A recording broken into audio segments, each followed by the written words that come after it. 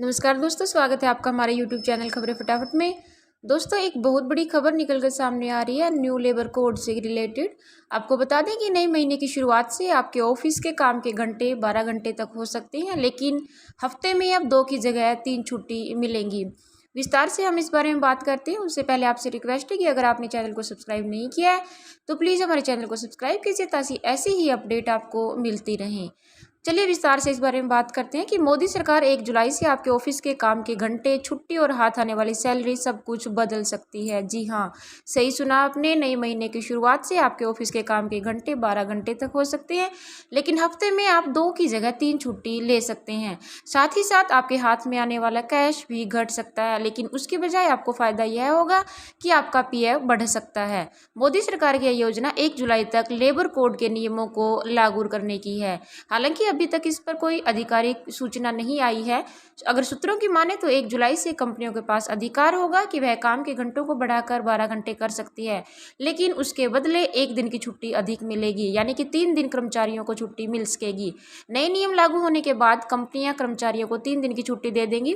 कर्मचारियों को 4 दिनों के लिए प्रतिदिन 10 से 12 घंटे का काम करना होगा।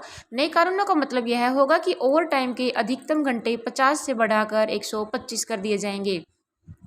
सैलरी, इसका मतलब यह हुआ कि सैलरी आपकी घट जाएगी, लेकिन उससे आपका पीएफ जो है वो बढ़ जाएगा। नए ड्राफ्ट रूल के मुताबिक बेसिक सैलरी कुल वेतन का 50% या इससे अधिक होना चाहिए। इससे ज़्यादातर कर्मचारियों की वेतन का स्ट्रक्चर बदल सकता है। बेसिक सैलरी बढ़ने से पीएफ और ग्रेच्युटी का पैसा ज़्यादा पहले से कटेगा। पीएफ बेसिक सैलरी पर आधारित होता है। पीएफ बढ़ने पर टेक होम या हाथ में आने वाली सैलरी कम हो जाएगी। अब आपको बताते हैं कि जो रिटायरमेंट आप पर आपको पैसा मिलता है वो आपका बढ़ जाएगा। वो कैसे? ग्रेच्युटी और पीएफ में योगदान देने से रिटायरमेंट के बाद मिलने वाला पैसा बढ़ जाएगा। इससे कर्मचारियों को रिटायरमेंट के बाद बेहतर जीवन जीने में आसानी होगी। पीएफ और ग्रेच्युटी बढ़ने से कंपनियों के लिए लागत में भी बढ़ोतरी होगी, क्योंकि उन्हें भी कर्मचारियों के लिए पीएफ में ज़्यादा योगदान देना होगा। आपको साथ के साथ ये भी बता दें कि इसका सीधा सीधा असर उनकी बैलेंस शीट पर पड़ेगा। चारों लेबर कोड नियमों के लागू होने से देश में निवेश को बढ़ावा मिलेगा और रोजगार के मौके ज़्यादा बढ़ेंगे। लेबर कानून देश के संविधान का अहम हिस्सा है। अभी तक 23 राज्यों ने लेबर कोड नियम के रूल्स बना दिए हैं। हम आपको बताते हैं कि लेबर कोड नियम 4 में बटा हुआ जो कानून है वो क्या कहता है।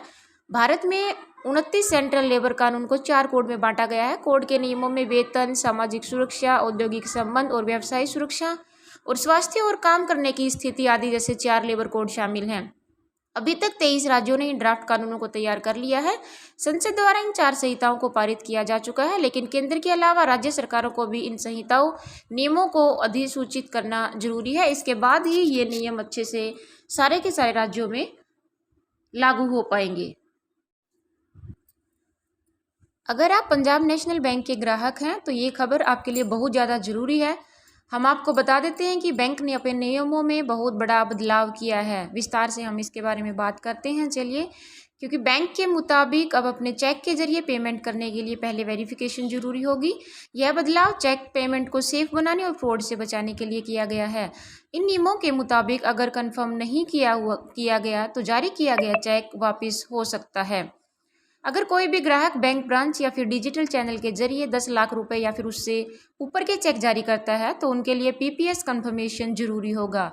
ग्राहकों को account number, check date, check amount और जिसके नाम से चेक जारी किया गया है उनका नाम देना पड़ेगा। अधिक जानकारी के लिए आप पीएनबी के ग्राहक हो तो आप इस नंबर पर कॉल कर सकते हैं और वेबसाइट पर भी विजिट कर सकते हैं। नंबर हम आपको बता देते हैं 1800-103-2222 या फिर 1800-180-2222। इस नंबर पर कॉल करके आप इसके बारे में अधिक जानकारी प्राप्त कर सकते हैं। अब जानिए ये क्या होता है पॉजिटिव पे सिस्टम का तरीका। तो पॉजिटिव पे सिस्टम के तहत चेक करने वाले को चेक से जुड़ी सारी जानकारी देनी होगी। यह जानकारी SMS, mobile app, internet banking या एटीएम के जरिए दी जा सकती है। इसमें चेक जारी करने वाले को चेक की तारीख, पेमेंट देने वाले को नाम, पेमेंट की राशि, चेक नंबर जैसी तमाम जानकारी देनी होगी। आरबीआई के मुताबिक चेक पर मौजूदा जानकारी और चेक जारी करने वाले की ओर से मुहैया कराई गई जानकारी का चेक ट्रांजैक्शन सिस्टम में मिलान किया जाएगा। अगर चेक और ग्राहक की ओर से मुहैया कराई गई जानकारी में कोई अंतर मिलता है तो सीटीएस चेक को पेमेंट करने वाले को वापस लौटा देगा। राष्ट्रपति चुनाव से जुड़ी हुई एक बहुत ही अहम बात आपको बताने जा रहे हैं कि बहुजन समाज पार्टी ने राष्ट्रपति चुनाव में एनडीए की उम्मीदवार द्रौपदी मुर्मू के समर्थन का ऐलान किया है। मायावती ने कहा है कि हमने यह फैसला पार्टी और मूवमेंट को ध्यान में रखते हुए लिया है। इस खबर के बारे में विस्तार से आपको बताते हैं कि बीजेपी के आदिवासी कार्ड ने विपक्षी दलों को भी राष्ट्रपति चुनाव में समर्थन के मुद्दे पर पेशोपोश में डाल दिया है। ओडिशा से आने वाली आदिवासी नेता यानी कि द्रौपदी मुर्मू ने विपक्षी खेमे में सेंध लगा दी है। बसपा की प्रमुख मायावती ने द्रौपदी मुर्मू के समर्थन का ऐलान भी कर दिया है। यूपी की राजधानी लखनऊ में बसपा प्रमुख मायावती ने ऐलान किया कि हमने राष्ट्रपति चुनाव में एनडीए की उम्मीदवार द्रौपदी मुर्मू का समर्थन करने का फैसला किया है। मायावती ने एनडीए कैंडिडेट के समर्थन को लेकर उठाए जा सकने वाले सवालों के जवाब भी साथ में ही दे दिए।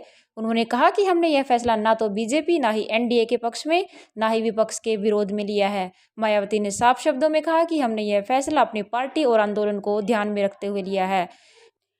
जैसा कि हम सब जानते हैं कि जो बसपा पार्टी है वो दलित मूवमेंट से उपजी हुई पार्टी है, यानी कि इस पार्टी का जो बेस वोट बैंक है वो भी दलित है। इसीलिए जो बसपा है वो इस जदोजहद में अभी तक फंसी हुई थी कि वो द्रौपदी मुर्मू का समर्थन करे या फिर विपक्षी दल के उम्मीदवार यशवंत सिन्हा का। और इस वक्त बहुत बड़ी खबर निकलकर सामने आ रही है कि द्रौपदी मुर्मू का समर्थन करने का ऐलान बसपा ने किया है।